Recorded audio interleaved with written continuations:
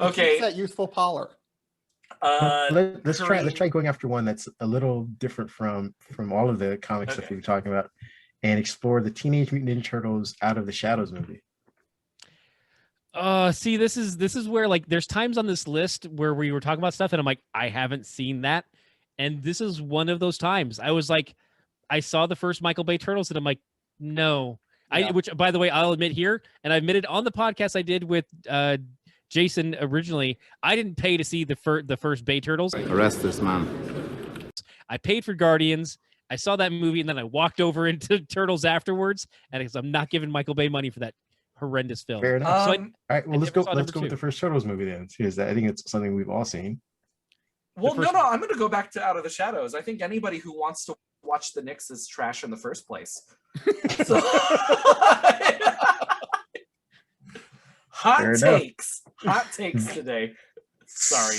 There's like a stupid scene in Out of the Shadows, and they're like watching the game. Stupid scene. But then Stephen Amell is in it as Casey Jones, and honestly, I can get behind that, man. Like, I can get behind that. I like Stephen Amell, but Admittedly, all of us have been pretty freaking awful to Megan Fox. Yeah. Just give her money. At this point, whatever she's in, let's just give her money. They did, and they got Jonah Hex. I don't need to give her any more money. Like, she can retire now, right? Like, was she the hot one in Jonah Hex? She was in Jonah Hex. She wasn't the part that was bringing down the movie, though. That movie, that movie's that is another dumpster fire we're gonna get to. But I keep mixing up Jonah Hex and the Lone Ranger in my head right now. You get Army Hammer on the brain. I love another one. Helena Bonham Carter. I love her. I don't know. Everybody gets one. She's like my one weird one. You're into the weird stuff. Yeah, I'm into the weird stuff. She always goes all in on any movie she is in, and I appreciate it, right? I appreciate it. Yeah, because it's always directed by Tim Burton. Well, I mean, she goes all the way in, just like Elias Koteas and the original Teenage Mutant Ninja Turtles, okay? He was the best Casey Jones I've seen, hands down so far. Like, I mean, I didn't see Amell, though, so... But Elias Koteas... No, I mean, Stephen Amell plays Stephen Amell. Like, he's got this, like... He's just there with a hockey stick, dude. And he's a cop, right? He's a cop undercover as... Like, I've heard things, and I'm like, wait, so Casey Jones is with the police, right? Is that not part of the story, Jason? Sort of. I honestly can't remember, to be quite honest. It's a little bit of propaganda. Yeah. Propaganda. Oh my gosh, I've never heard that. Can we talk a little bit more about propaganda? Yeah. Yeah. It infiltrates a lot of stuff, and hopefully we can start pulling it out of things that we used to enjoy. You get what do you got? You got something with propaganda. No, so like so Casey Jones in Out of the Shadows, right? He's supposed to be a police officer, law-abiding citizen, kind of, whatever. But then, like, he goes the vigilante route. And in the vigilante route, the thing that gets to me the most is how inaccurate people's gear is. And that brings me to the second Kick-Ass film. That's on one of these lists as well. Yeah. Is it? Okay, which one? What number is it? It's number 12. Oh, number 12. Okay, I see it. Okay. So first and foremost, I totally understand why Jim Carrey came out against it. It was right after a very specific shooting. Was it? Oh my gosh, was it the Sandy Hook? What gives you the right? What's the difference between you and me? I'm not wearing hockey pads. You do not have superpowers. Do you know how okay. I'm really sorry about this, because one of the things that I bought during the pandemic is a bulletproof vest. Do you understand how cheap a bulletproof vest is? It is like high 100s, low 200s. It is not that big a deal, right? A lot of the stuff in that gear will stop a knife or anything like that. And on top of that, most of the time you can just wear them in almost every state, because like you can wear them as like exercise material, right? I'm not the one wearing hockey pads. Go on. Okay. Another Dark Knight reference. I appreciate that. Okay, so my issue is everybody sits at that freaking table and everybody has crap gear. And then there's like one super nice pistol in it and everybody has crap gear. It makes me mad every time. Well, I think if I had to play devil's advocate, which I love doing, the point of being a vigilante, is that you don't have the support or the education or the training that you should have. So you're not going to have the proper gear. But I have. Well, neither do the cops, though, so that's not a fair dichotomy. Say it again? Neither do the cops, though, so that's not a fair dichotomy to vigilantes versus cops. Well, they don't have proper training. Yeah, they don't have proper training. Like, it's like 15 minutes on Google, Kareem. Like, I don't understand. Like, I have better gear than almost every trash vigilante in that film. All right. Let's do a little headcanon here. Is it possible in the world of Kick-Ass 2 that anyone that buys a bulletproof vest because vigilantes exist is immediately flagged as said possible vigilante, and thus they avoid it? That's a huge reach. I'm trying here. Okay. This is Kick-Ass 2, yes, but also it's Kick-Ass 2. So then there is already a precedence for vigilantes. So now they're like, okay, how do we? I mean, this is a headcanon you're building, and I can sub this tweet. I can see what you're saying here, but my issue is that, okay, so, oh God, this is going to get into like a weird thing that I know about, and I apologize in advance. Okay, so so like, let's use the example of buying a firearm, right? You buy a firearm, it's like in California, it's a 10-day waiting period. There's a background check, there's all this stuff, right? Even with like ammo and stuff, you have to have background checks and all that stuff too now. But if you buy a gun piece by piece, you do not have to register it, right? So I mean, like Batman Begins it a little bit, right? Like, just buy one piece over here and another piece over here or something like that. And if you know, like, oh hey, like if a cop gets shot, sometimes they're okay because they have a thing called a bulletproof vest. Do the research. That's all I'm asking right now. Counterpoint, they are dumb. Very much so. I mean, I'm just going to go, they're dumb. How about that? You've seen footage of militias in the U.S. Oh, yes. You should be just as upset with their gear as a fictionalized vigilante in a comic book movie. Actually, some of their gear is pretty good, to be quite honest. No, okay, some of the gear in pieces, not the full ensemble that they have. The full ensemble is trash, right? Exactly. But okay, Kick-Ass 2 does get this right. You look good while you're kicking ass, while these trash militias are like mixing camos, and it kills me every time, right? Exactly. Carrying zip ties out. They're prepared for any environment. Oh God! Only parts of them. Do any of them have blue camo? Because that's necessary to be strategic. I hate this so much. The ones from the Northeast. Hide in the night. Okay, I was going somewhere with this. We were talking about Jim Carrey and Kick-Ass 2. His apology.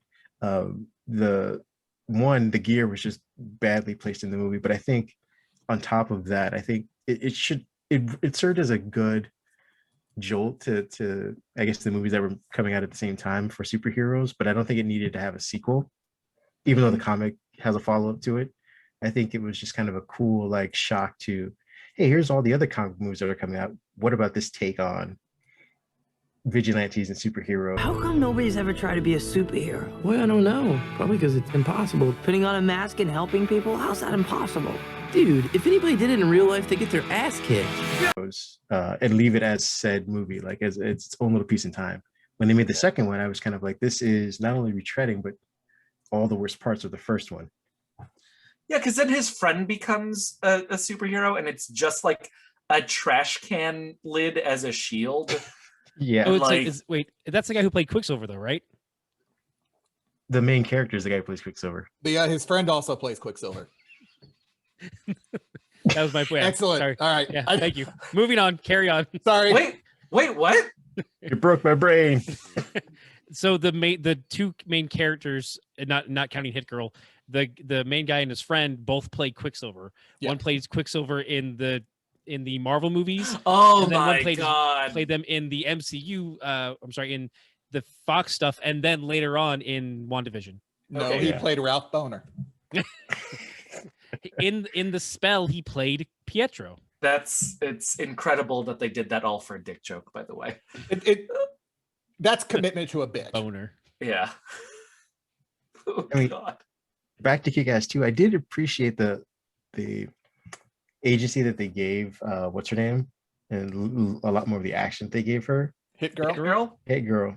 But I thought the Jim Carrey stuff, while portraying the comic book character, I think he did a good job. I thought it was just excessive, and his storyline really falls flat as far as like his love for his daughter and the way he sets up things towards the end. Like, I didn't feel any of that, and I don't blame Jim Carrey for that. I think he did a decent job. I just thought the way they set that up didn't follow, or was short-lived based on the way they followed up in the comic. I felt that there was more of a loss when you read about that character and the way it happened, the way his demise happened in the comic versus in the movie. You're just like, this is a really shitty dad.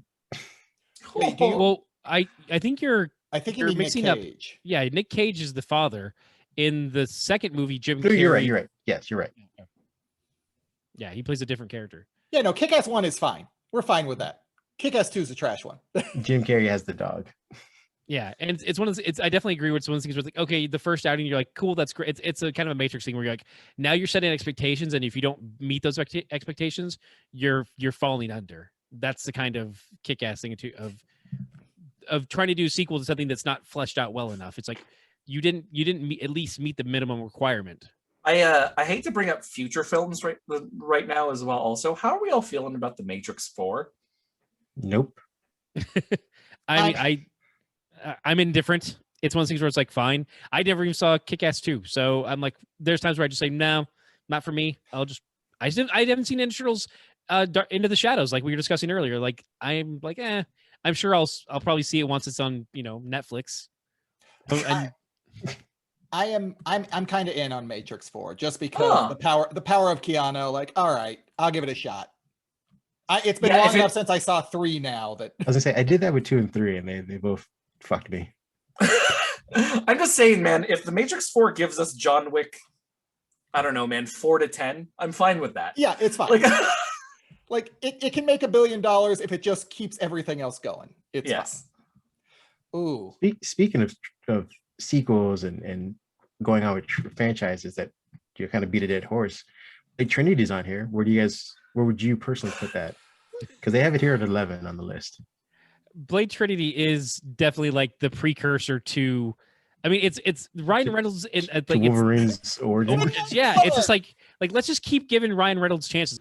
Gonna be sorry you did that. Which he's fun enough, so I'm not down on him too much, and he is enjoyable in the movie. One of the few enjoyable parts. Is he though? Yeah, he is. Oh, he is enjoyable in the film, especially when you put him against the insane Wesley Snipes version of just like.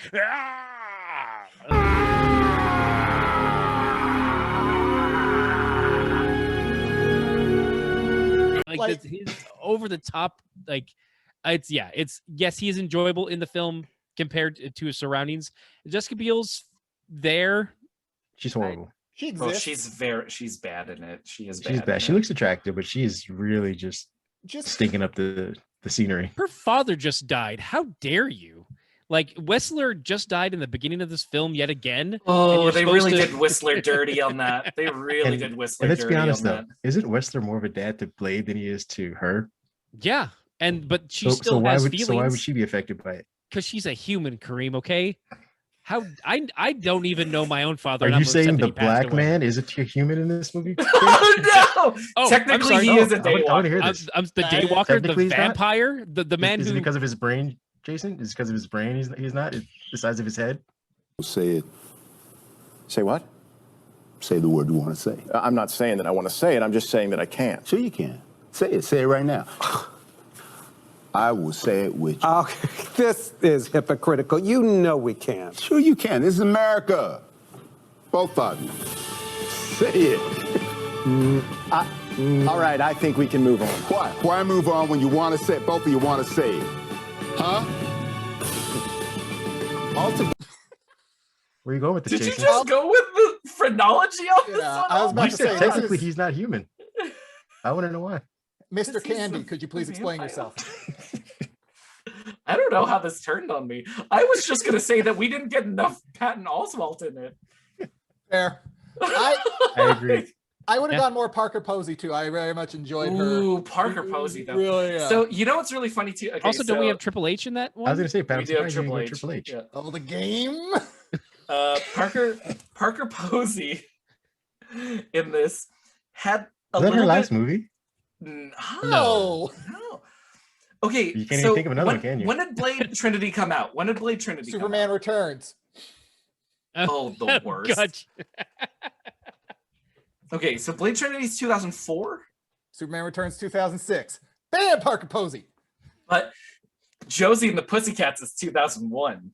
Also a comic book movie, and one of the things that I stated in our discussion was if we're talking about superheroes or any type of super or comic book movie, and we clearly went the way of superheroes because we could have talked about how good a film Josie and the Pussycats is. Yeah, if I have the hottest hot take here, it is I will fight anyone who tells me that Josie and the Pussycats is a bad film.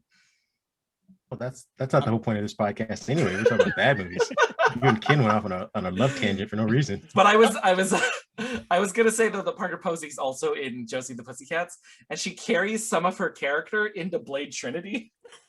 I feel And I'm that like, just might be this- her. This is very confusing. Is this just you, Parker Posey? Is this just you at this point? Did you see her? She was going through some things. She's gone through Going things. through Okay. things, you know. All right. By the way, she's also in the new High Fidelity remake on Hulu. Which I highly recommend. Completely off a tangent here Really? on Tangential Science. Yes, well worth it. Okay. So now back to the show. Yeah. We also had some other bad stuff, which was just the plot itself, like bringing Dracula back for That was what? bad. And then it's Dominic something. The Prison Break guy. Right? Yeah, it's prison. Yeah. Dominic It's something. Heatwave from the DC's Heroes of Flash Legend and Tomorrow. Legends Yeah. of Tomorrow. Yeah. He's basically just a grunting bat. Well, he And then does the he- like. Sorry, Yeah. go ahead. He goes into the like the goth store. That's comes right. out that bitch. Yeah, right. Do you guys know what I'm talking Yeah. about, right? And like, yeah. He comes out dressed as Gangrel from WWE. Gangrel's a reference to vampires, by the way. So that Oh, I works. know, but I'm going to put up a picture of this on the video of the Okay. Gangrel that I'm talking about. And Oh you're gonna God, see, send it like, in the chat. I need to see this. he's going to now. have the No, no. flowing In neck the- Oh, in- he's and- looking good. yeah. If he will actually have this on the video interspersed within the video itself, so just tune into that. You'll Okay. I was also going to say there is a vampire Pomeranian yes. in the film. Yeah, it's Parker Triple Posey's H has. dog. Yeah. There's Oh, Triple I thought it H's was dog. Parker Posey. Is it Triple H's? Yeah, Parker No, it's- Posey hates a dog. Oh, it is That's Triple right. H's Yeah, okay. dog. Oh, that's Okay, right, yeah. because oh God, Hannibal King's like, oh, you're just upset that he has a bigger dick than you. And when the fuck did you see my dick, fuckface? Mhm. That's the line for the. Yeah, exactly. So everything is about this such movie a- was bad. That is a 2004 line if I've ever heard it. It sticks Yeah. with If you. I- I'm sorry. yeah. Well, there's also It was. Blade, Blade. Are you ready to die? I was born. ready to die. Like that's this is- very 04. That's very on. very on- born ready, motherfucker. Yeah, but it's still not as good as some motherfuckers always want to ice skate uphill. That's Well, there's never going to be a better line. There's never going to be a better line. That is bad. When you're Wait, is murdering it- Steven Dorff, that's creme de la creme. Yeah. Speaking of which, I'm going on a quick tangent about his little rant about Black Widow. Man. Anybody's feelings on that? Why do we care what Steven Dorff says? That's what exactly. I Let- second that. Let people like things. All right? Just let people like things, Steven Dorff. Like, come on, man. most of the time. I also love his justification of like, I'm looking for indie artists. That's where it's make or break. I'm like, Like, you haven't been take anything in it- 15 years, so keep looking. Take it easy, man. You were in Blade I'm 1. so sorry. Sometimes people like to get paid. Like, I'm sorry, man. Hey, it's 6 figures. Patrick Stewart did the Emoji Movie. Hey, Okay. path. Ben Affleck Yeah. did Paycheck. The No, he got a paycheck. Or paycheck. Like that's Such a shit movie. the best example of this is Michael Caine, Jaws 4, The Revenge, where he literally said, "Yeah, I wanted to be in a movie and get paid for my grandkids." The end. Done. A picture, I think it was called Jaws 4. The Revenge. The Revenge, yeah. And I had a little part in that work. And with that money, I bought her the house. And someone said to me, I saw that Jaws 4. He said, it stinks. I said, I haven't seen it. I said, but I've seen the house it bought my mother, and it's marvelous. I'm okay with that. Agree. Yeah. It's just we hold these actors and actresses to such a high standard, but sometimes you just got to put food on the table. I mean, it's like super extravagant food and a very nice home and table, but like you still gotta Yeah. Eddie Murphy. Eddie Murphy's a great example of this as well, where he signed that big contract and just kept putting out bad movie after bad movie. He's like, yeah, they're for kids and the check's clear. Wait, my family's happy. Well, okay, so like Haunted Mansion, right? Pluto Nash. Daddy Pluto Daycare. Nash. Daddy Daycare I thought was enjoyable, but I also have not seen it since it came out. Well, that was part of the start of his like, I'm going to be child friendly. Yeah. I disagree. I think Mushu was the start of him being child friendly. I mean, Okay, he was fair very enough. friendly to the Golden Child, so Yeah, Was he that's though? true too. Yeah, he was. He He kind of hated was that kid. No, he barely even he only saw the kid at the very end of the movie. He was always trying to get to the Golden Child to save them. So he was No, he was trying to get to the Golden Child so he could sleep with the mom. Or that sister, wasn't the whatever mom. she was. That's, okay. yeah, You know what? Let's not question people's motives. Kid is here somewhere. I think we should find the kid together, right? And then afterwards, I was thinking maybe we could like spend some time together. Yeah, some time together. Kind of let nature Take his calls? Yeah. We didn't have to. He told us outright what he was doing. It's just if he got the job done, he got the job done, Kareem, all right? The ends justify the means. I'm just saying he didn't have any care at all for that child. Oh, you must have saw me on television. Yeah, I like working with children. Hey, Chandler, come on, are you okay? Shut up! Sometimes there has to be a little revisionist history if you're the hero. Yeah, right? It's fine. You know, It's like- fine. And he got laid. He wins. Yeah. Nobody's gonna talk about that in the history books, okay, Kareem? Though, Fair enough. if Kareem's writing the history book, I do think it's going to come up. Oh, it's definitely coming up. Yeah. There's a steamy chapter. There's a steamy chapter. That's basically the entire book, and then just have some epilogue about what he did. Okay, he saved some child or whatever. I don't some know. bullshit Man. about a kid. Whatever. Let's get back to the sex. By the way, not this. It's important to the discussion too much, but Nutty Professor was the start of his kids-friendly movie. No, not Nutty Professor. 1996. No, Nutty yeah, Professor. that makes sense. That's before Mulan, and I would say Mulan was the start of it, but Nutty Professor came Nutty out. Professor was not a kid-friendly movie, though. I mean, where the movie where he shrinks down weight and gets big. Yeah, do you remember him being the asshole when he was small? I guess. All right. Your mother's so fat. The bitch need a Thomas guide to find her asshole. Wait. Your mother's so fat.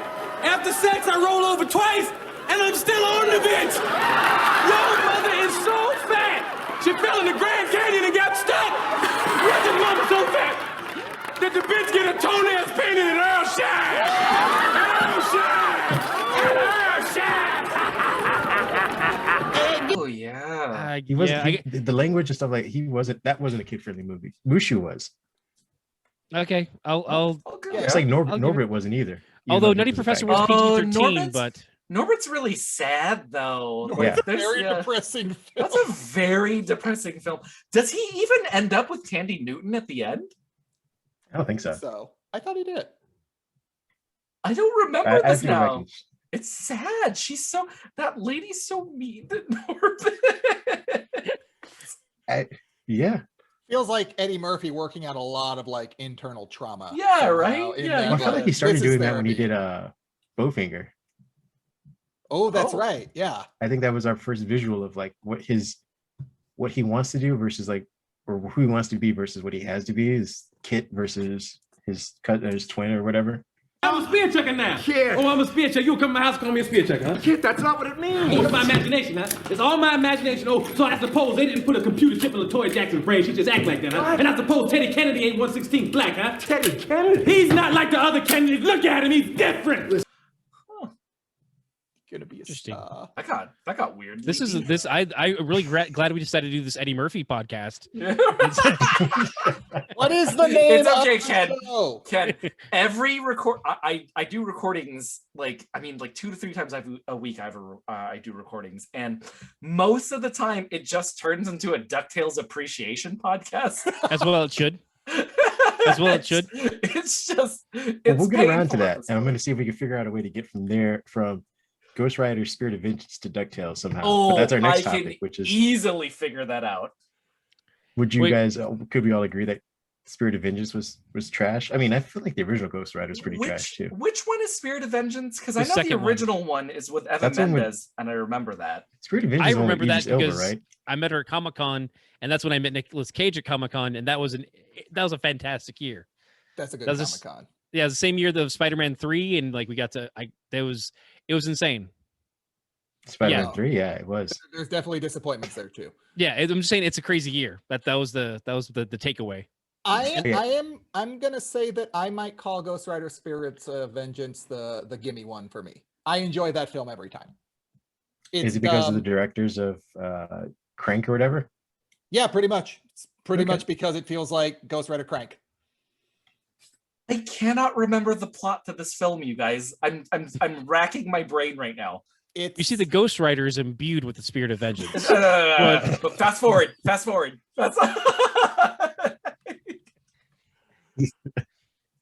Nicolas Cage is meeting the Whistler of his story, who's also a Ghost Rider, who has a horse? Or is that the first that's one?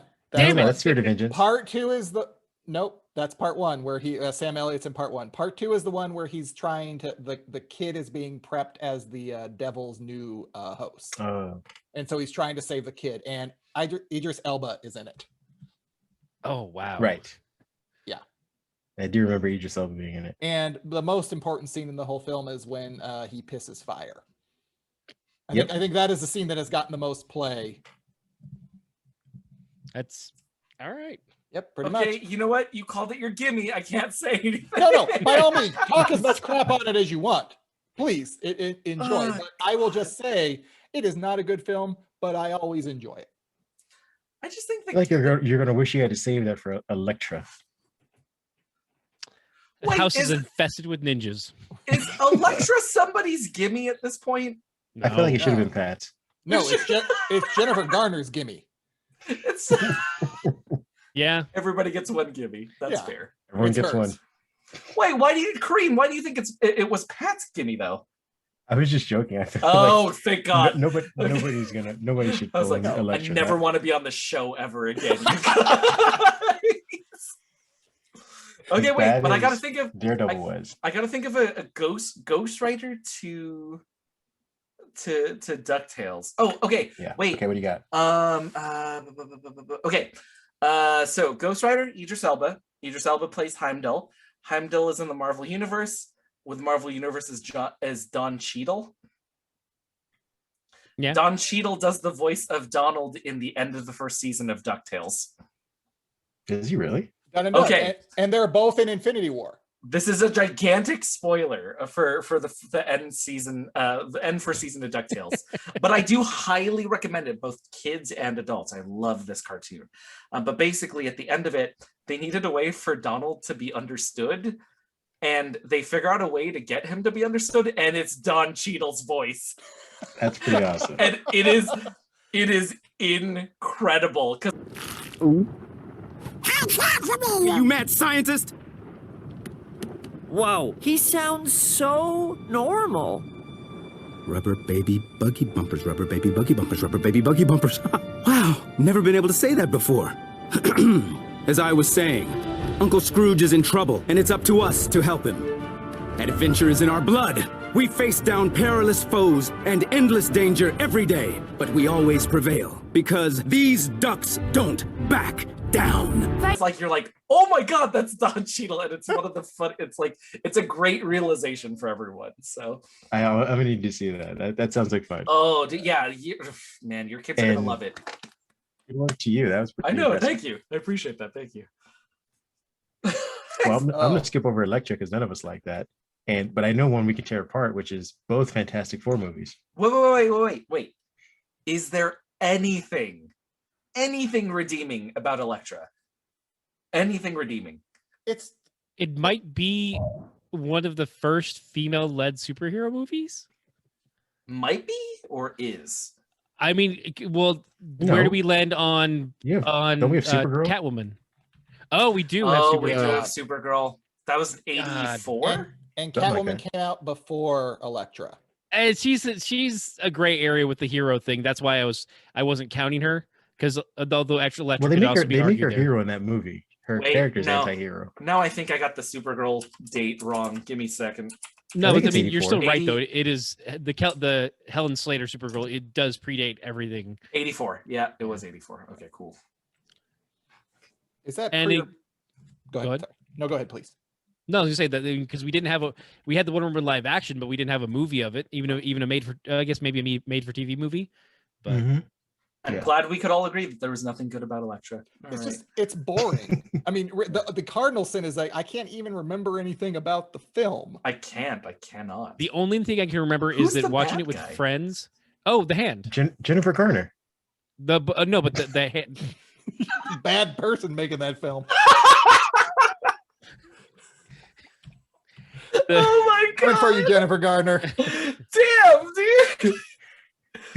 Not gonna let her have this right now, Kareem. Nope.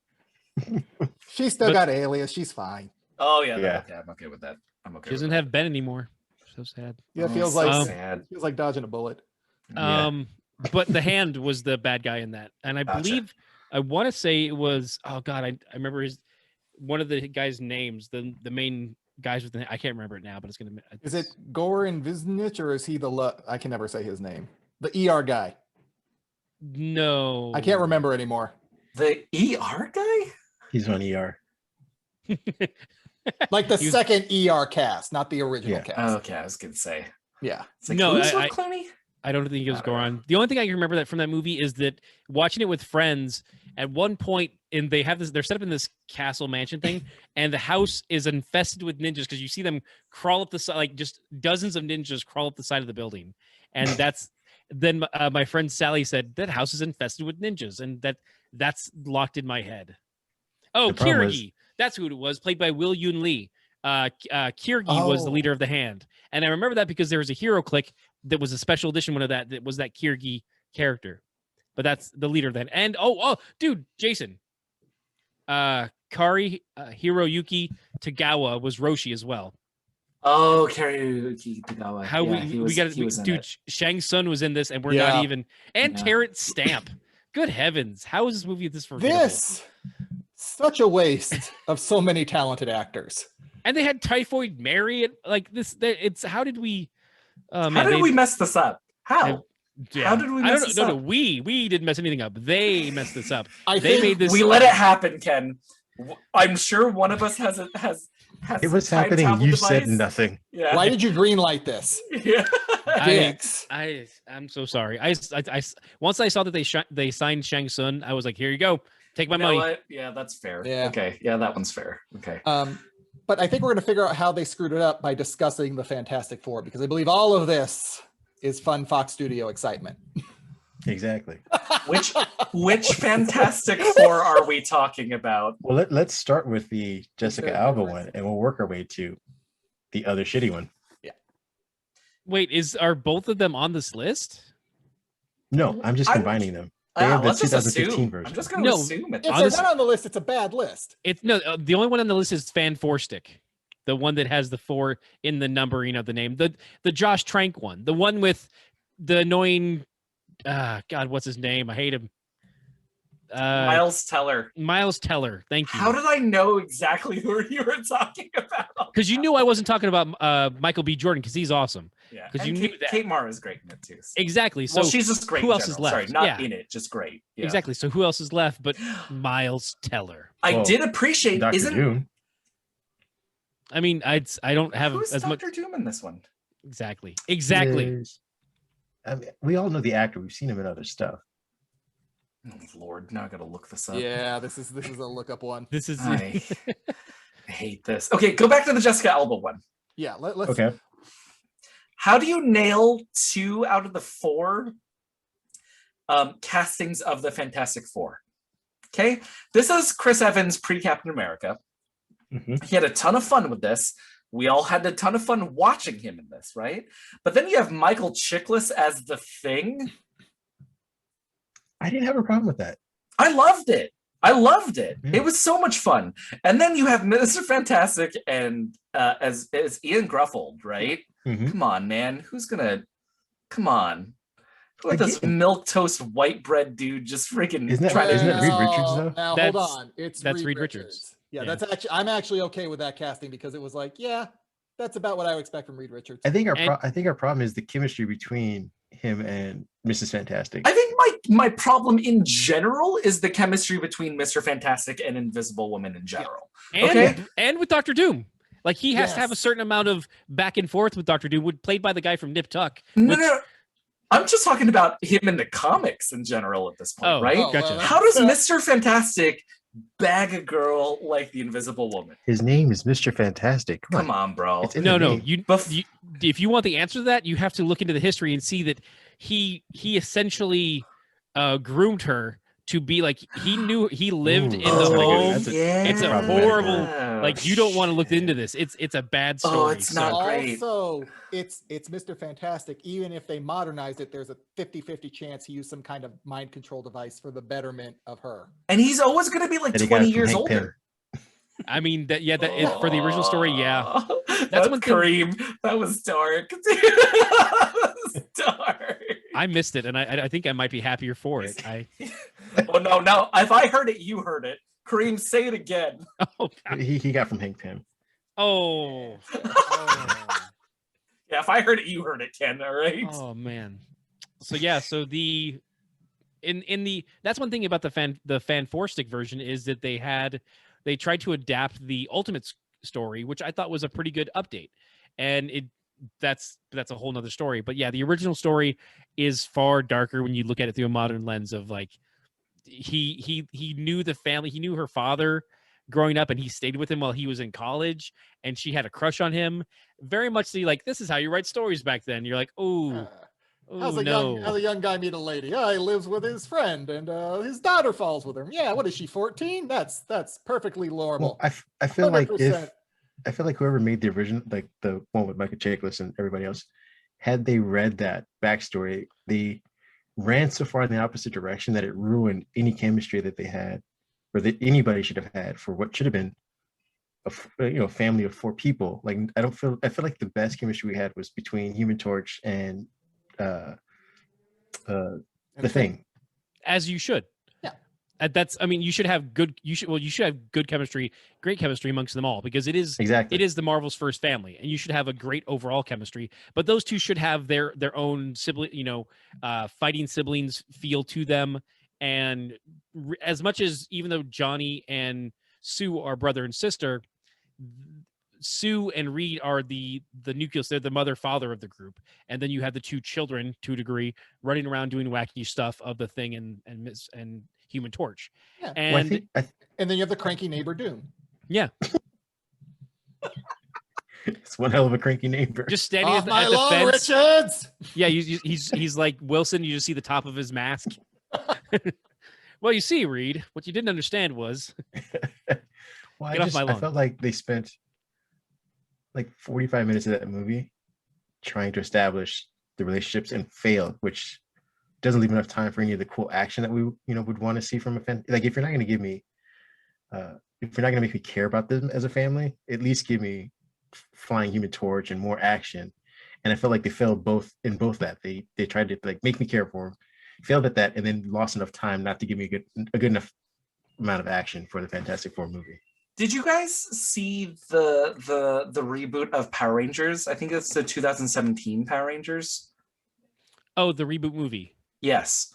Yes. That had the same exact problem. So thank you for putting words to how I feel about that particular film, Kareem. Because you're right. It was 45 minutes of poorly establishing the relationships that you need to be invested in. Yeah. All right. When a script is not fantastic and there's not enough chemistry between the stars, that's kind of where you end up when you're trying to establish that, right? It just basically craps out on you. I will say, I think Fantastic Four, is it Rise of the Silver Surfer? Mm-hmm. Yeah. That's the second one, yeah. Yeah, I think that is a worse crime against cinema than the original because of what they did to Galactus. Yeah. Okay, that's fair, but you also do get Morpheus as the Silver Surfer, and you also get Doug Jones as his body double, and the Silver Surfer. It's a pretty good portrayal of the Silver Surfer. That's the best, yeah. And it's the best part of the movie. Yeah, it's like I'm not arguing that Galactus was messed up, and we definitely brought that up at the very beginning, that the Galactus is a cloud, just like Parallax. Yeah. But there is not that this is my pass on bad movies, but Silver Surfer is enjoyable in that.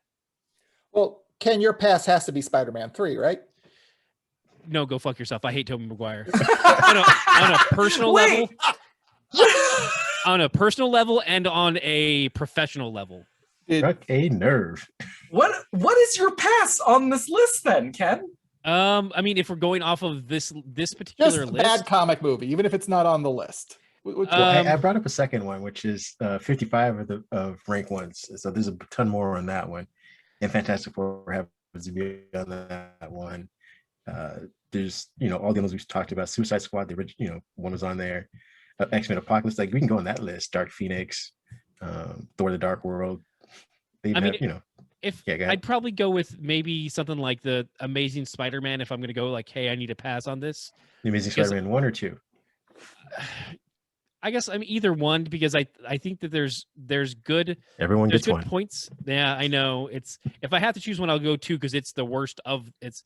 Amazing Spider-Man 2 is worse than Amazing Spider-Man. So if I'm doling out a pass, it's going to be that. And I think it's because there's better portrayals of characters in the Amazing Spider-Man films, but there's better story points in the original Sam Raimi Spider-Man. Like both those movie series have like, oh, we didn't check off these boxes, we aimed at these, whereas the second films went for the first boxes and didn't do the second. Like the plotting and story is bad over here, but the character portrayal is better in Amazing Spider-Man at times for me, whereas there's definitely like overall story building better in Sam Raimi stuff. Because I'm sorry, Tobey Maguire is one of the actors where it's like, I have this setting and that's it. He is like, I'm doing sad, or I'm like, that's really about it. Like his joke, Spider-Man is a hilarious character. He's always supposed to have you laughing. It's how he throws the villains off. And his jokes in the movies, like I hunch, or like mommy and daddy are fighting and he shoots a web over J. Jonason's mouth. Like Tobey Maguire is an atrocious Spider-Man and Peter Parker, in my opinion. I think that the story building that they like, to a point that everyone says like, oh, the Spider-Man 2 is a great movie. That's because they give the best story to Dr. Octopus there and not to Spider-Man, which that shouldn't be who I'm rooting for in that movie. I should be rooting for Spider-Man. Instead, you give the better story to Dr. Octopus. And then so it's hard for me to try and like piecemeal out a good Spider-Man. I think the Mark Webb stuff, I think Mark Webb came to the movie with a certain ideas of who these characters were, and they played out well. But I think there's a certain amount of meddling from the studio that's like, oh, well, we need to be ready for the Sinister Six movie when that comes out, because Sony has a hard on to get their own connected universe, and they're like, we can't wait. We're in the second movie, we're going to show you that we have a Rhino suit and Dr. Octopus arms and a Vulture suit and this over here. Like, just get fucking ready for it. Like, no, stop. You're not doing this. It had Craven's legs. just chilling and chopped him in half and kept him ready to go. Oh my God. You're not even going to go with this fur vest? Nope, Yeah, his legs. His legs. His Just legs. his legs. Oh His my very God, human he legs. needs those. Yeah. Had him ready. That's great. I love that. I mean, I agree with like 80% of what you said. I still have issues with Andrew Garfield. I think I think Emma Stone I think she was probably by far the best part of that series of movies. Yeah. But like I said, Andrew Garfield, if we're talking about settings as actors having, I don't think he, to me, but you know Spider-Man better than I do, was the everyone says he wasn't nerdy presence. enough. I mean, no, I don't think he was nerdy. I agree. He was a nerdy. Dick. He was like cool that's what I'm kid saying. Dick. Yeah.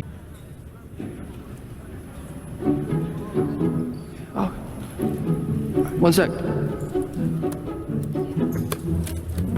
Come on, man. Why did you take it from me?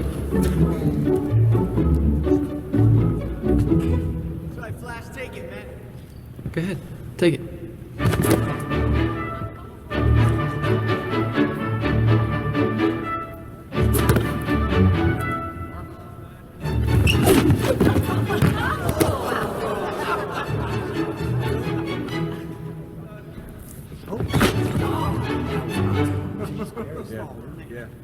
Just take it. He didn't have to be nerdy, but he didn't have to be, the jackass. One of my biggest issues with the Spider-Man, the two franchises, is I almost feel like for the characters they're supposed to be portraying, if I'm looking at the comic books, the leading lady should flip. I feel like Emma Stone is a better Mary Jane because she's got that movie star quality to her. And I can see Kirsten Dunst in a more Gwen Stacy role. We can at least all agree that we would have just let Dennis Leary die in all of those films. Yeah. Yes. Maybe just actively kill him. Yeah. There's nothing to do with Who's the asshole now, Dennis Leary? Oh God. Okay. Okay. Kareem, do you even get a pass on this one? Is there anything? He loves them all. They're all like children to him. No, I think my pass is Man of Steel. I think I said that right at the beginning. That's easy though. Like you gotta pick a hard one off of this list, man. Okay. I mean, you guys went hard at Man of Steel, but yeah, I could pick one. Picking, yeah. I mean, Ken went hard on Man of Steel. Yeah, that's his job. Let me see if I had to pick one. I don't know why they put Ant-Man on this list. What the fuck? No, I think you're looking at the MCU list. That's just ranking all of them. On a side note, while you think about this, I do want to call out the writer of, because we're using the one from Screen Rant, the one that's like, oh, it's titled, because I want to shoot him down. The 15 worst comic book movies since 2000. On the list is a made-for-TV movie of Man-Thing, which I'm like, you know what? Screw you. Like, you set the bar way too high here. Yeah. They tried their best. Okay? Yeah, like they had a budget of nothing. And also he even marks like, oh yeah, this is when they had the Nick Fury movie with David Hasselhoff. You know what? It's better than the movie you ever made. Okay. So really just settle down. 75 cents, a pack of Big League Chew, and a dream. And they were gonna make it happen. Okay. I'm gonna I don't know if you guys consider this a hard one. X-Men: The Last Stand. Yeah, that's pretty shitty. Oh man, if that's your dark horse. And I say that because it gives at least me the visuals of the mutants that I wanted on screen. They finally brought most of those on there. You know, you get that cool like fight scene between Iceman and Pyro. You get Beast finally. You get Kelsey Grammer. Kelsey Grammer was great. Oh, good God, Wolverine, would you please? I call bullshit on Kareem's reasoning. There's only one reason he likes it. It's because what happens to my boy Cyclops. I know where this is going. Hey, I know exactly where this is going. Pat. Yes. Pat, I do want to let you know, I am a Cyclops defender as well. Well, this podcast is salt of the earth. This is fucking ridiculous. Okay, my whole thing about Cyclops is he's always he was always set up to be the leader of the X-Men, and do you know how hard it is to have to lead all of these teenagers who are dealing with both hormones when you suck. And okay, I will fight you, Kareem. like Cyclops. I mean, nothing's gonna get done. Cyclops. It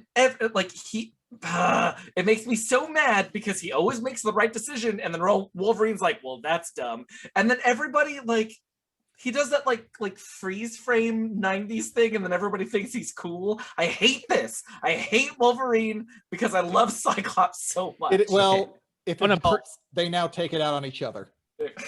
On a personal note, I feel like this is the same feeling behind your Jason versus Tommy argument, and it's like, don't do this to me right now, Ken. Wait, it's like it's right there on. Are you Team Jason or what? Now I'm curious. Are we? I feel like Jason's Team Jason. I'm Team Jason because Tommy's a piece of shit. Thank you. Yeah, I'm right there with you. I'm right there with you. I don't like to curse. Whenever I'm on shows, I don't like to curse. I will reserve it for this point. Green Ranger Tommy is a piece of shit. 100%. All right, and I don't think he did.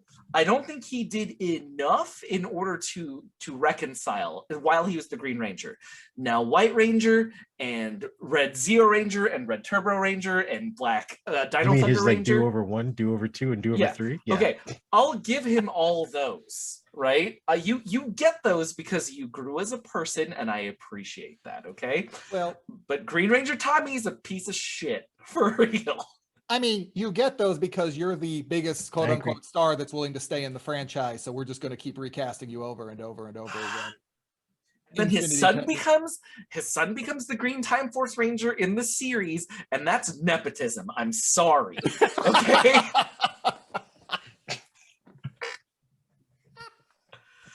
Oh god! Now you got me all heated, Ken. Now you got me all heated. I just thought it was an interesting parallel that is right there. Like he's like, no, he's the leader. We should respect him, or should we? I feel this in my chest. I'm sweating right now. I hate this. Look, I mean, support everything you're saying.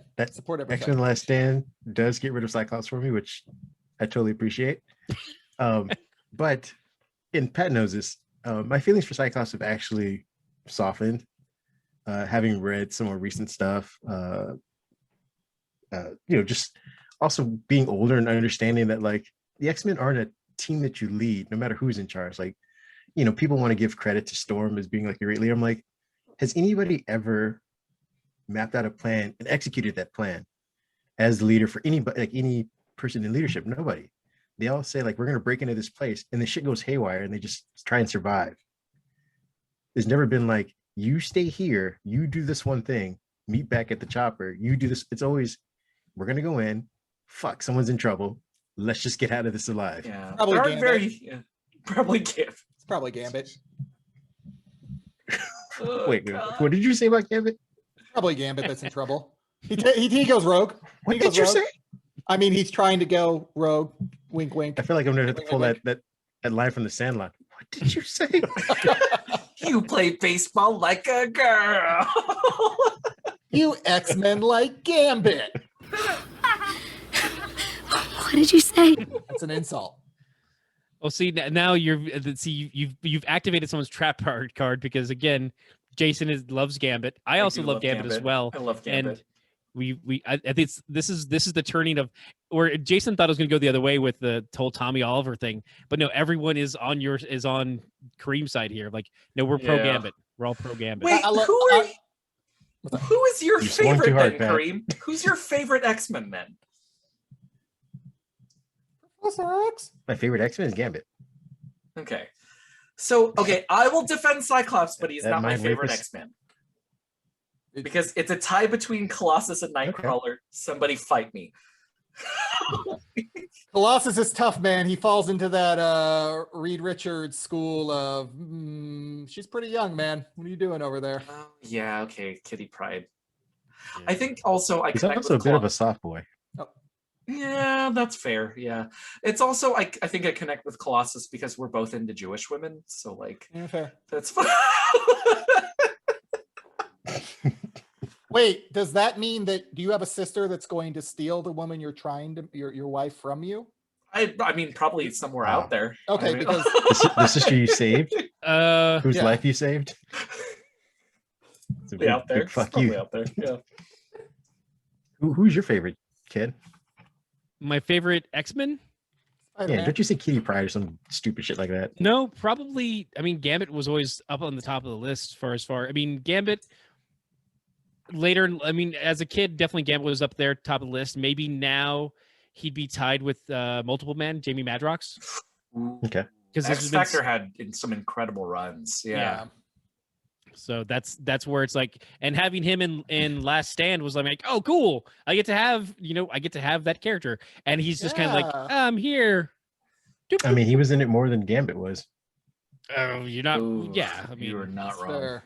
Not wrong. I mean, we're again- supposed to. Aren't we still technically? Isn't there a contract out there for not Tyler Kitsch, but for Channing Tatum to come back as Gambit? No, I think he I think dropped they- out. I think he dropped out. They yeah. did the project. No. I'm pretty sure After they when- dropped him as Duke, they're like, no, you can't be Duke. No, you they can't be didn't Gambit. drop him. They deaded the project. Like he was like all on board for it. And they're like, yeah, we're just not gonna do a Gambit movie. And he was like, what the fuck?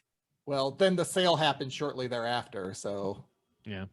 I'm guessing it I mean, tied in. Again, that'll be my pass just because, again, like I said, it gave us 10 minutes of topic to talk about. 2, I think of all the X-Men movies, I thought that was the better one. At least had the best culmination of plot plus multiple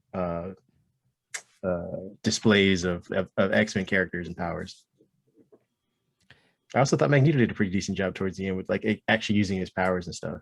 Okay, I'll give you that. Yeah. He did send the pawns out first, which I appreciated. Yeah, tactical. Yeah. I mean, but that's not fair. It's Sir Ian McClellan. He's just gonna knock any. Is there a bad movie with Sir Ian McClellan? If we go back to like his early stuff, There's got to be something. Yeah, now I'm. What you're looking for his emoji movie? You're like, come on, he had Yeah. the. Patrick Stewart has one. Sir Ian McClellan has to have one now. Yes. I mean, it depends on. I don't know, because I don't think anyone comes down the other side of American. Wait, no, that's not. What's the one where he's a Nazi? Apt Pupil. Apt Pupil. Okay. No. Ooh. Yes, is that maybe? Apt? Yeah, it's All right. Is that a bad film? I mean, he's a bad guy. That's a Stephen King one, right? maybe. Question mark? Oh, he's in The Golden Compass. Oh no. There we go. There it Thank you for that one is. so quickly, Pat. Oh, that's incredible. Yeah, that was a quick find. That was Everybody gets one. I think we can start wrapping up. So I'm gonna throw out a couple ones and we kind of do like a lightning round. Okay. Shazam. Shazam, I admittedly have baggage with it as well. So I know when to get you going, Pat. Ken. Well, wait, this is lightning round, so it's got to be quick. And just, I don't think that was a good portrayal of Billy Batson, Shazam, Captain Marvel. I think that the character got dumbed down when he became the superhero, and that's due to the portrayal of Zachary Levi. And I think that it's one of those things where it's like they set up the idea of like, oh, they cast The Rock as the villain before they had anything else even going for that series. And they're like, well, shit, we've got to build out the story. Let's get something going. Whereas like, I think, and I've said this online multiple times, is that The Rock would have made a better Billy Batson / Captain Marvel Shazam. He portrayed that in Jumanji of a kid trapped in an adult's body, and it's really fun. And that would have been the better thing. Plus, then we would have gotten a POC as the main character hero. He's going to be I think he would still do a great job as Black Adam, but I would have preferred to see him as a hero. You're Spencer? You? Yes, guys, I'm telling you. I am Spencer. I'm Spencer. Yep, that's Spencer. Whoa. So. For me, screw Zachary Levi. You know what you did. But the only Was it Shazam? the only thing that I really took that I very much enjoyed was getting to see the Captain Marvel family. Yeah. That I am so excited to see on screen because I thought all those kids knocked it out of the park. I thought the portrayals were fun. But then other than getting to see the Marvel family, it very much felt like an early 2000s passable superhero origin film. Yeah, I mean, I agree with you guys. I also think we got me personally, I felt got weighed down with the orphan story, so to speak, that him finding his mom, not finding his mom, sort of finding his mom, then not caring towards the end, whatever. It just, the back and forth between that and, as Ken said, the portrayal of his younger version versus older self, and would seem to be a flip of not only intelligence, but like demeanor of the two. Like you would think a god like older person, even though he's still, has sort of a, I guess he's what, 16-year-old mentality. It seems like the Zachary Levi portrayal of him was like, oh, I'm going to play like I'm 12. Yeah. It's like, well, how are you dumber when you're older and more powerful? It's very much like a very much like a Gen Z, I think you're stupid sort of thing, right? Like, which, like, I get it. Like, we're supposed to be having like age wars or whatever. I don't know. But like, it was just like, oh, you're younger, so you're stupid. Well, I also think it might have been part of production, not letting the two fucking meet. Like, I think Zachary Levi shot all of his scenes without meeting the actor who played him as a younger guy. That's to then weird. say like, you definitely, that's a really bad planning. You should have had him. They should have filmed the kid stuff first, and then had him watch that to be like, okay, this is how he's portraying the character. This is how the script is. Like, that's, I don't know. I think they read the script, both of them, but when it came to shooting, neither one of them were like, oh, let me sit down and watch the other person. It was like, I shot all my scenes, you shot all your scenes.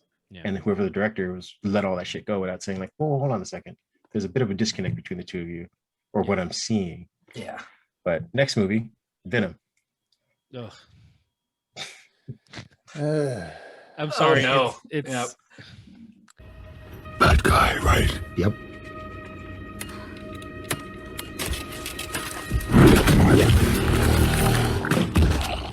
You come in here again. In fact, you go anywhere in this city preying on innocent people, and we will find you and eat both your arms and then both of your legs, and then we will eat your face right off your head. Do you understand? So you will be this armless, legless, faceless thing, won't you? Rolling down the street like a turd in the wind. Do you feel me? What the hell are you? We are Venom. Please. Well, pass because I never saw it. Sorry, guys. No, that's you didn't subject yourself to it. That's fine. Yeah. Like, it's one of those things where it's like, I feel as a Spider-Man fan, I feel indebted to, like, well, I have to watch this just to make a comment about it, because at some point someone's gonna have a podcast. I'm like, yes, I watched it, and for some reason, like, you're creating a Venom story and mythos outside of disconnected from Spider-Man completely, and that doesn't gel in my head. Because I feel like it could still work.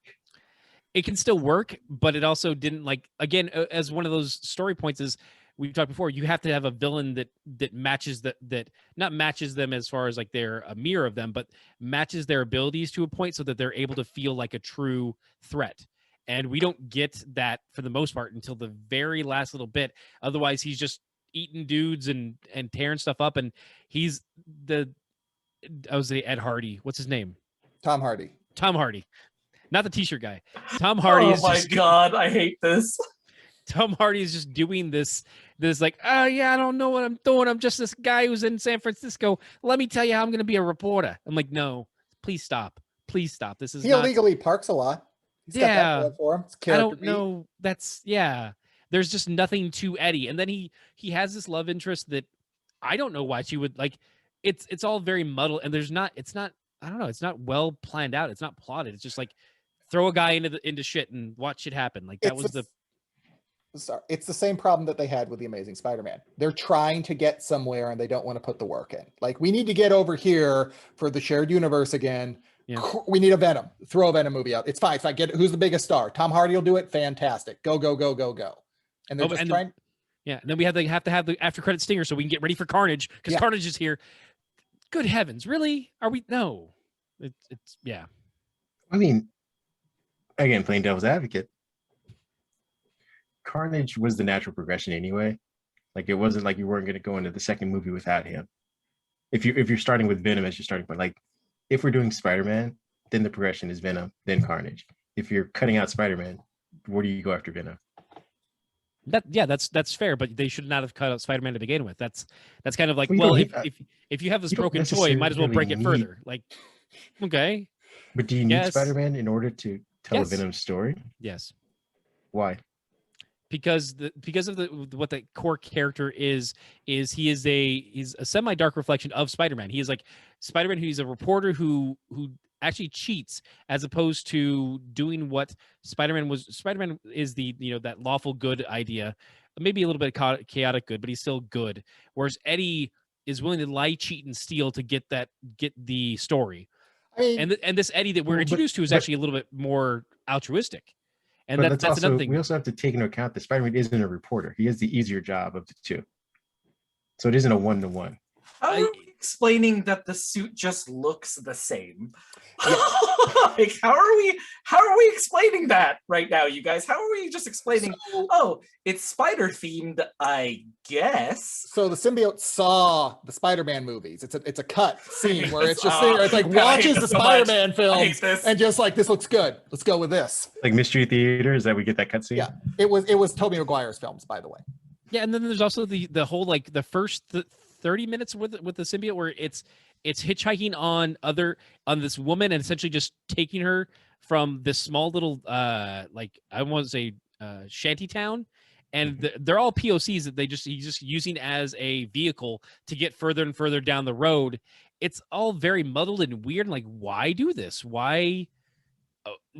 I don't know. There's a lot in that movie that just doesn't make sense, and I don't know. I don't know why they decided. Like, the smart thing is make a Spider-Man movie and then tie them together. And like they've done it in so many. They did it in spectacular. I mean, again, I'm looking at it from a world where there's other media. So the Spectacular Spider-Man cartoon did it well. The Spider-Man cartoon from John Semper in the 90s did it well. Like, even if you just take bits and pieces from that, you can still create that world.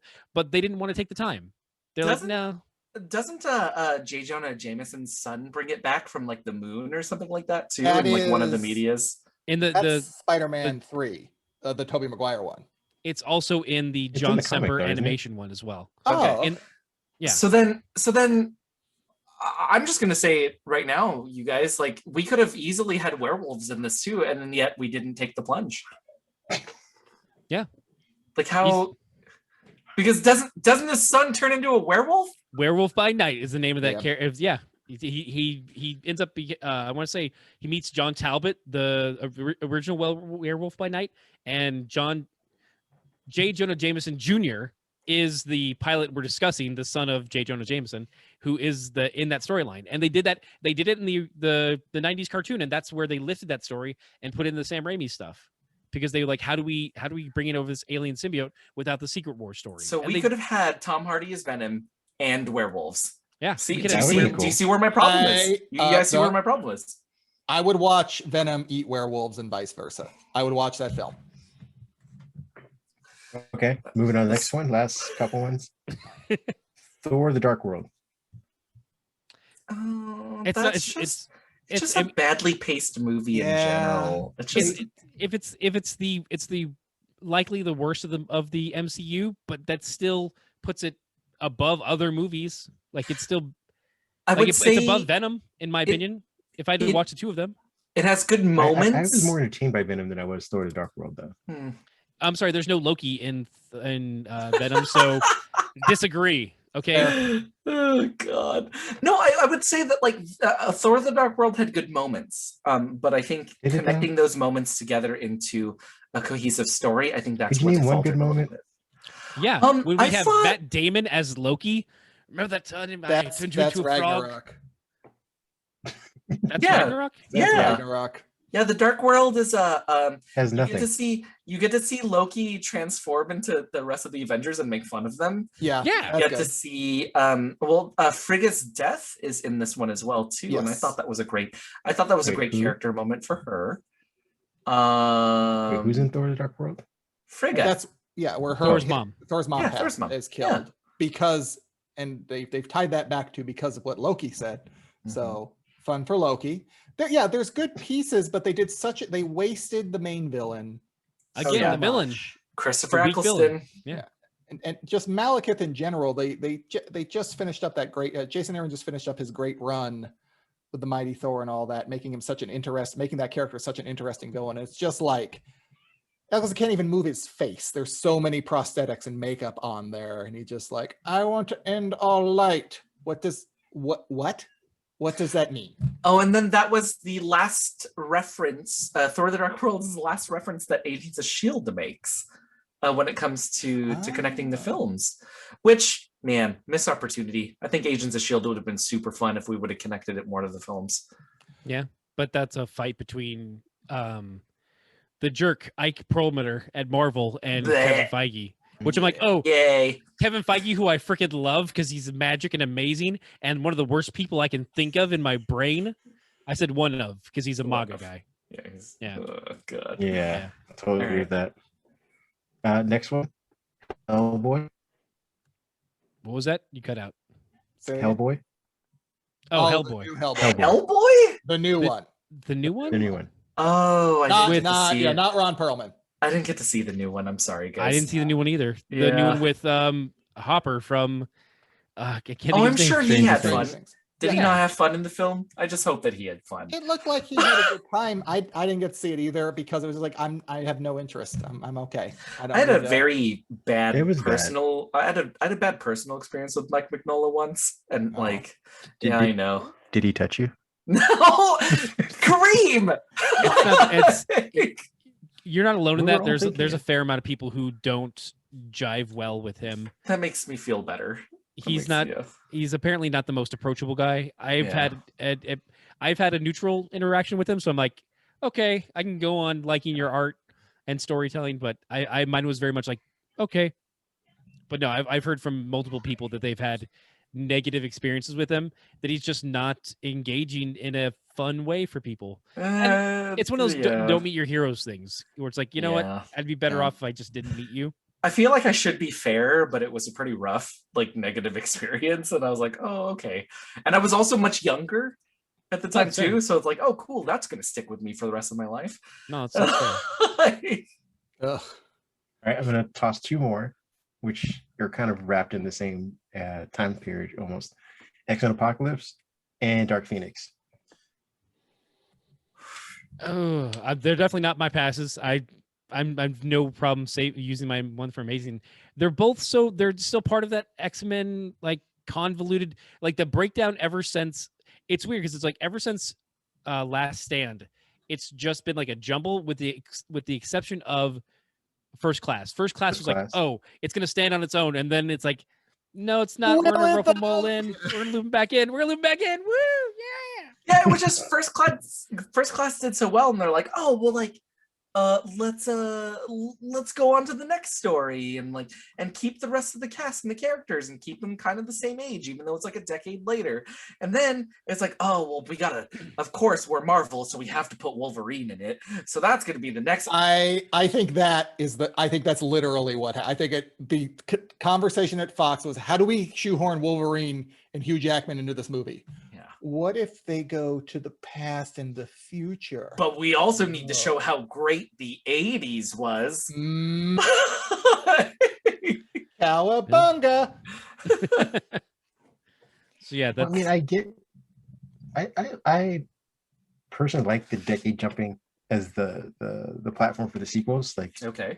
We move on to the next. I think they should have casted accordingly for 10-year jumps. Definitely. But I do like the idea of okay, First Class is this time period, which expounds on why Professor X thinks a certain way at this time period. You move on to the next movie, older, mutants or whatever, different mind frame for him, different types of prejudice, I guess, or whatever at the time, things like that, different types of science. That gives them a bunch of headway to say these are all things that could have happened in between, and they can even go back in time to say, okay, between the 60s and 70s, this is what kind of sort of happened, but we're only showing you this part of the 70s episode. And then when you go down to the 80s, that makes sense. They didn't do that. They were just oh, we're going to keep Jennifer Lawrence in all 3 decades looking exactly the same. Well, in her defense, she's Mystique. She's the only one that can actually do that. Yeah, but then you also have the two other guys, Magneto, who plays Magneto, and Professor X.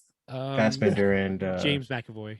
Yeah. They're 30 or 35 years older from First Class to Dark Phoenix. It's been a solid lifetime. Yeah, and then the next decade after that is just Patrick Stewart and Ian McClellan at that point. Like what happened? Like the Dumbledore aging? Like what happened in those 10? I think the coat from the 80s caught up to him. Yeah, right. And You were that's- Jude Law, and then now you're this old man in wizard robes. What happened? And that's not even if you're counting what happened with the Wolverine Origins, where it is also a time travel piece, and then you're trying to put in that Patrick Stewart. It's the problem, and also too, it's the inclusion. I mean, there's the villains because again, you have Ivan Ooze Apocalypse. So again, your villain's a little bit like, what's the plan here? But then it's also the let's throw a bunch of more characters out there, and it's complete scattershot. I've always said scattershot is the worst, and just throwing out all these characters like, well, here's Archangel, but we've all seen Archangel, but here's a different Archangel, and here's Psylocke, and here's this. It's like, what? That whole rant was just for me. I just want to let you know, guys, because you're welcome. Ivan Ooze Apocalypse, incredible. That was pretty shitty. I mean, I felt bad for Isaac, whatever his name is. Oscar Isaac. Poe Dameron. And Dark Phoenix is just bad, and it's the same problem that we were just talking about with we got to get this like if you're gonna do the Phoenix Saga, Dark Phoenix Saga, right? It's at least 2 films, and nobody wants to do that. Nobody wants to kill the broccoli people on camera. They don't want to do it, so we just go in and like shoehorn like when aliens came and they want to suck the life out of people in power and ooh. I also think part of that is actually Sophie Turner, a large part of that. You don't think she's a good actress? She wasn't a good Dark Phoenix, or she wasn't a good Phoenix to begin okay. with. No, That's okay. I can give you that. Okay. She can act. I felt like her portrayal, like, again, I didn't have any type of attachment to this Phoenix. I mean, for me, Jensen, I did have one, which is again why I think what happened to her in X-Men Last Stand was okay. So I have. It does feel more poignant because you've attached that character over those movies that you don't have that same attachment by the end of the second Phoenix story. But here is my question then. Is this an age thing? They are younger, like when I think of, I'm 40 years old, and when I think of the X-Men movies, they came out, I think first one's 2000. So 1920, the X-Men are supposed to be in that movie a little older than me at that time. They do seem much younger now in the new iteration. So I do wonder if that has something to do with it, and just in terms of me watching the movie, why I didn't attach to them as much. Mm-hmm. So I've heard the same argument with Tom Holland's Spider-Man, which I vehemently disagree with. Mm-hmm. But yeah, no, I can see where you're coming from with that point of view. Yeah, I think that, oh, sorry, go ahead. No, go ahead. I was gonna say, with Tom Holland Spider-Man, the argument I've always heard against it is some of the age thing, but a lot of it is that people just get so upset that Iron Man is kind of his Batman to his Robin in that scenario in some ways. I don't see, as a diehard Spider-Man fan, I don't see that as the biggest problem, because you are trying to do this more integrated universe. So Spider-Man's first issue has the Fantastic Four in it. So there is the idea that he is looking for a mentor in some ways, because he's lost his uncle, like he's lost his father figure, and he does have this thing of like, he does turn to other people for that type of guidance. And so have him playing this role, it's a little bit of a different take to have it to be Iron Man at these ages, but still it fits for the character. Yeah, like I don't have a problem with that either. The youth of it all. The Bendis, when he wrote Ultimate Spider-Man, he's like, Peter Parker will never leave like high school. He'll never leave school, was his first statement, I think. And like, no, I always want him. I want a young Spider-Man. Him having the like struggle between life and stuff like that. It definitely, when he becomes an adult, it's like, it changes the dynamic, but it's still that core idea of him like trying to juggle school and trying to juggle life feels so much more intrinsic to the character for me. Whereas like, so speaking to the youth idea, at the same time that they did X-Men, the first movie, they also did X-Men Evolution, and they reset all those characters at a very young age. And I thought that was a great reinterpretation. Mm-hmm. You kept certain characters a little bit older, a little more, you gave them some reverence. Like Storm, I thought was like, oh, cool. You kept Storm in that age, and she maintains that gravitas a little bit. And then you also have Wolverine, because he's old, because obviously, and then you cast all the other characters around, and that's almost what they tried to do with that X-Men Evolution, or the X-Men later stuff, but not to the same degree. They didn't pull it off, which is the cartoon did it better, which is not that surprising because I guess they get more time, but yeah. More time and more free reign. Yeah. So I think it's the at least for this version of Dark Phoenix, I think that, and again, I'm not saying this is Sophie Turner's issue, is that I don't think they found a Jean Grey confident in her own skin, so to speak, regardless of age. Like, she didn't seem confident in any of her power. She didn't seem confident. I think, at least for every portrayal of the Dark Phoenix, that is something that is imbued once that power kicks in, or once that level of ability happens. She gets an extra boost of it, so to speak. And she didn't have any of that in these versions of it. Even when she was being evil, you're just kind of like, that's just Sophie Turner with different color eyes. Like, sad emo evil. Yeah. Yeah. And it was the same issue I had with the Mary Jane from the original Spider-Man. So I'm like, you don't need her to be a bombshell. I mean, I think she's supposed to be, at least from Stan Lee's interpretation, sort of a broken character, but this one was too broken to even like get off the ground. You're like, oh, dude, this Parker, why are you wasting time with this one? When it should have been like, oh, I can see why you're with her, because on what everyone sees on the outside, you see something different on the inside. But I'm like, all of us see a broken girl, really broken. You're wasting your time, Parker. Yeah, there is definitely a lack of there's something lacking to the portrayal of Mary Jane through Kirsten Dunst. And I think it's more just it's lacking on the page. I think that I've seen her play other characters and been engaging and had more fire. And so it's like I see, like, oddly enough, I think the Kirsten Dunst from Small Soldiers has more like get up and go than the one we get from the Mary Jane and that, which, by the way, I was the right age at the right time, so don't judge me at the time. No, I can't wait. I can't wait for the Small Soldiers reboot. That's because that's around the corner somewhere, and some executive is talking about that right now as we speak. I'm guessing Netflix. Yeah. That's my wager. 10-issue miniseries. We'll get a hallway scene again. I love it. Yeah, no, it's going to be gritty. Yeah, that's what I'm saying. Like Daredevil, you're gonna get a hallway scene where he's taking people out. Yeah, anytime you see a hallway in Marvel's Defenders, stuff is going down. Time. All right, I think we can end on our last one, which, I mean, we've kind of been dancing around it, going back and forth. This still got to be Catwoman, right? Even though we have, like, what is it?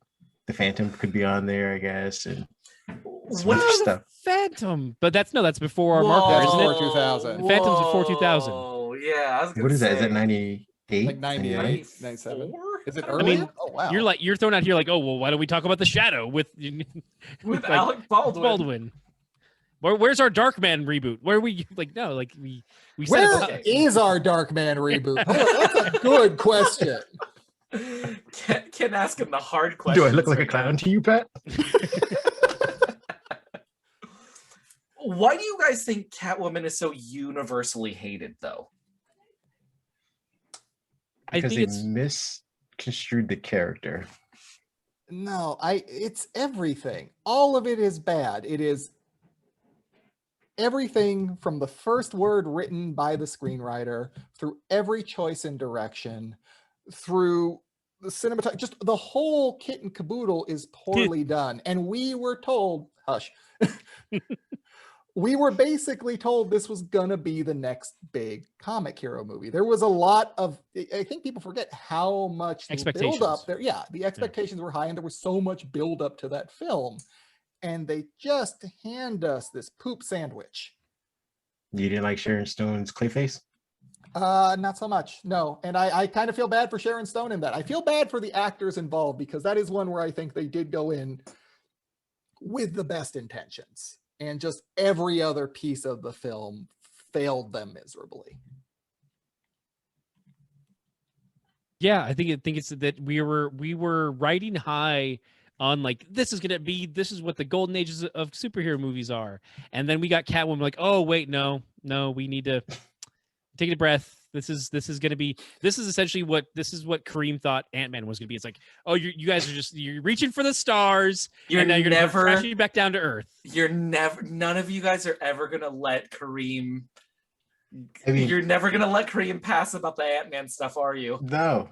Which is again, there's no reason. I was very adamant about Paul Rudd being the doorstop to Marvel's And the Money doorstep, and train. he is the grease that gets our wheels going. Like he is just he brings us time travel. He is the perfect person to be in a Marvel movie because he does not age. He can be Ant-Man till he's 90. He's gonna look the same.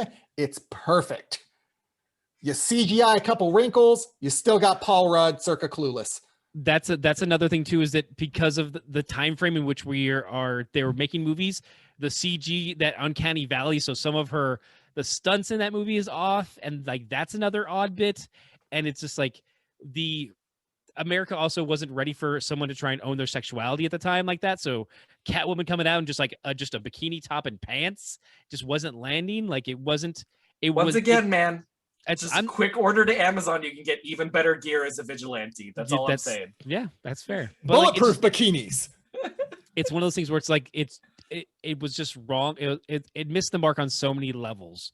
That's why it won Razzies that Halle Berry went to accept, because she's like, yeah, whatever, it's fine. I got paid for it.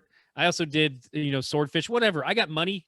Bite me. Like and then she was that before or after she won the Oscar? Actually, now I can't remember. I think it was after. It's after, because Monster Ball would have. Yeah. So she was just in that post Oscars, I do what I want phase.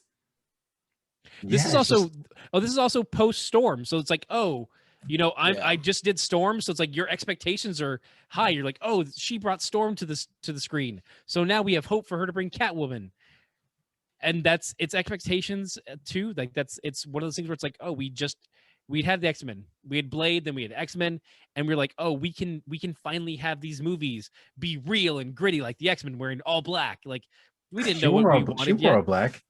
That's my point, though, is that like we were taking the wrong lessons and decided that this was the next step forward, and it wasn't. It was a stumbling block. It's the overcorrection, like from the Schumacher Batman movies, where it went so it's like, all right, now gritty realism, everything in black leather, and then. Well, no, I feel like Catwoman was actually following the Schumacher like ethos. Like it was a nod to horny comic book guys, but it was the bright commercialization of Catwoman. It wasn't a gritty, like Michelle Pfeiffer's was a gritty Catwoman. Halle Berry's is far from that. She was the brightly colored, CGI, like green screen background kind of stuff. Like it was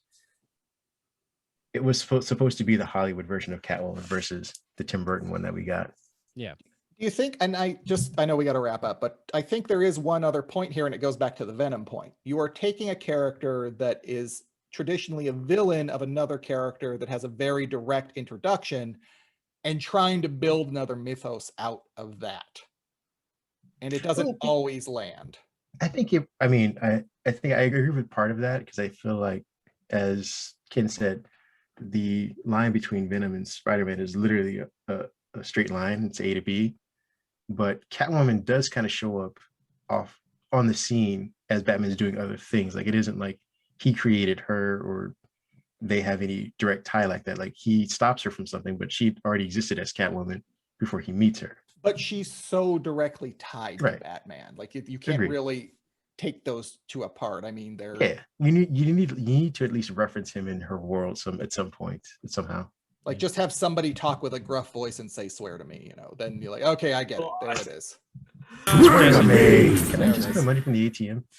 Jason, you had a point for a moment there? No, I mean, nothing that we haven't belabored at this point, but yeah. I saw you about to speak up, so I apologize. I am relieved that, I mentioned this before the show as well. I am very relieved that you guys didn't make me talk about Batman and Robin, because I love that film. Like unironically. I love that. We will have you back on to defend that. Okay. And it will be just a 2-hour bash of Jason. Oh no, it's really my 2-hour defensive is okay, yeah, but let me have this. That really good defense. I think OJ tried that one. I know. Good night, everybody. Good night, everybody.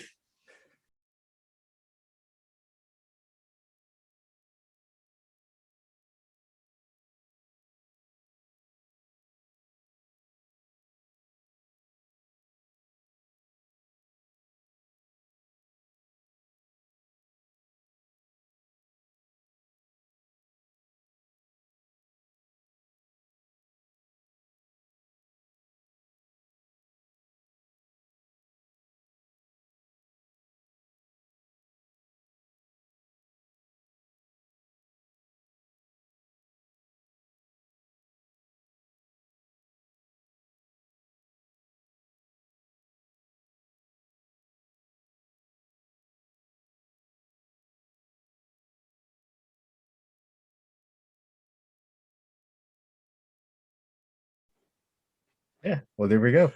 That is the end. I will edit that stuff out. I thank you all for joining. Edit it out. No, you leave that in and then just No, good night, everybody. this is our part. sign This off. part. Okay. No, we're gonna leave the OJ God. stuff. Incredible. Juice is loose. Oh. I saw so are the pudding pops. TikTok has this incredible like conspiracy theory section. And one of the conspiracy theories that came up was that OJ wasn't the one who murdered like everybody. It was his son, and he had to take the fall for it. Wow. Yeah. That's but what? Why? I mean, like TikTok does a much better analysis of it. I'm troubled by you bringing us TikTok information. I feel like you've been turned. I'm sure you got it from Cole. It's more so that I'm trying to learn at least how to interact with it. I'm not posting anything, but I'm learning how to interact with it. And it's cute. But I also, what I feel about TikTok is the same way I feel about Reddit. I appreciate it, but it is definitely a time suck in the sense where you can kind of just disassociate and just be on Reddit for 3 hours. Yeah. You can definitely do the same exact thing with TikTok. So I have like certain rules for myself. Like I can only be on TikTok like if I'm on the toilet or like or if I don't have anything important to do or like something like that. But your ass is gonna go numb. Shit. Yeah, man. It's just there's a time frame and I don't want my ass to go numb. So I limit myself on TikTok. That's it. It's smart. I love the conspiracy theory of his son did it, him taking the blame for his son killing his mom. It was a good breakdown. I have to I wish I had the link for it, but yeah. But why kill his own mom? I'm less bothered by that than I am other QAnon ridiculousness. So I'm like, fine, whatever. If that's the conspiracy theory you want to have, fine. It hurts no one. Like I'm bothered by others. But if you watch that, the next 2 videos after is Alex Jones. Yeah, so and that's how the algorithm works. Yeah, yeah, true. The algorithm is very strong. I've had issues with the algorithm. Jason knows specifically. Like for some reason it's like no, you want to watch this part of the internet. And I'm like, no, I don't. No, I do not. Yeah. But I kind of do though. Yeah, my algorithm is mostly just anime titties at this point. So I mean, if only. I feel like that's the seedy underbelly of the internet. It's just Alex Jones and anime titties. Oh, I wouldn't put the two together. It's horrible. Yeah, how dare you connect the two? They're not together, but I feel like if you turn over any rock on the internet, you're gonna find one or the other. Yeah, but I'm happy to find one, and I'm disgusted to find the other. Yeah, that's a hell of a 50-50. Jesus Christ. The lion or the tiger? Which one is this? The lion or the tiger? Like you take your life in your own hands when you go on the internet. Fair enough. All right, guys. Thank you guys for having me on. Thank you for being on. Thank you for joining us. Of course. Hope you had fun. I know I had a blast. Let me know when this gets released and all that stuff too. If I could have some sort of timeline, just so I can have my social media person post everything and do all that stuff. So yeah, awesome. I mean, I'm the social media person.